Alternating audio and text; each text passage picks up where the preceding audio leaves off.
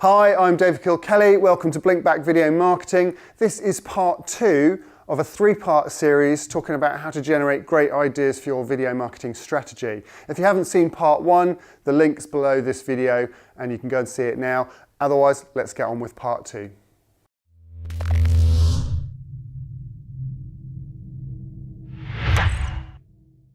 So in this video, I want to talk about trends and how you find out about what's happening in the online community, what people are talking about, and how you can then tap into that to either emulate those stories or contribute to that conversation in some way.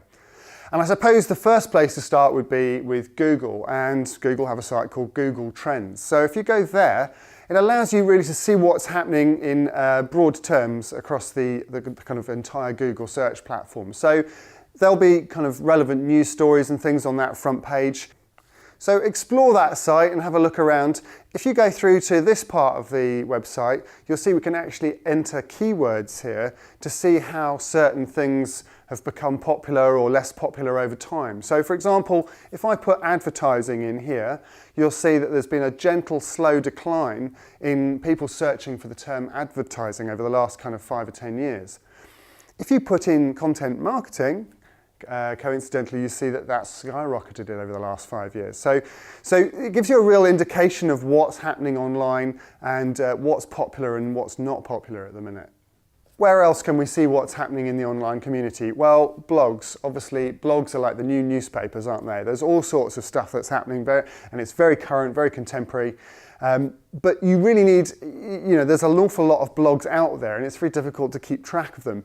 If you use an application like Feedly, and there are lots of applications like this, but Feedly I use and it's really good.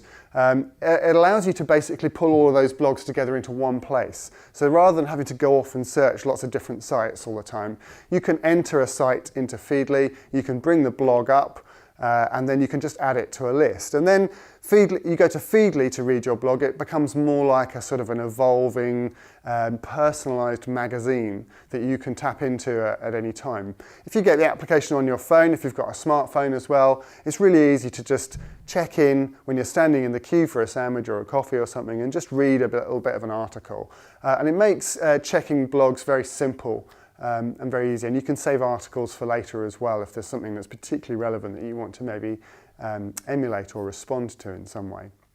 And I think one of the really nice benefits of doing all of this research for your marketing, of checking into blogs and looking at what your audience is asking, is that actually you stay very invested in your industry. You're kind of up to date with things because you're always doing that research, and that research has got a double benefit, obviously for marketing purposes, but also just to make you sort of knowledgeable and up to date on your industry and make sure that you know what's happening and what's current.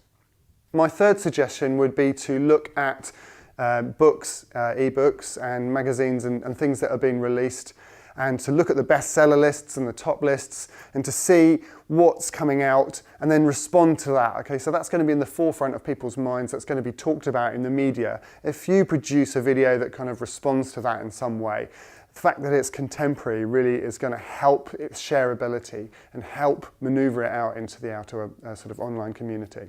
Online forums are obviously very useful places to visit. Every industry has forums that have popped up to support that industry. And if you go to those places, you'll see the conversations that are happening and the questions that people are asking.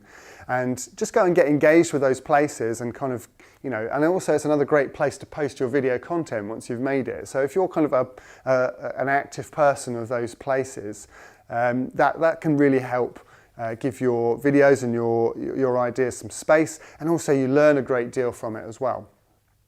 And finally, I just want to put in a little vote for TED.com.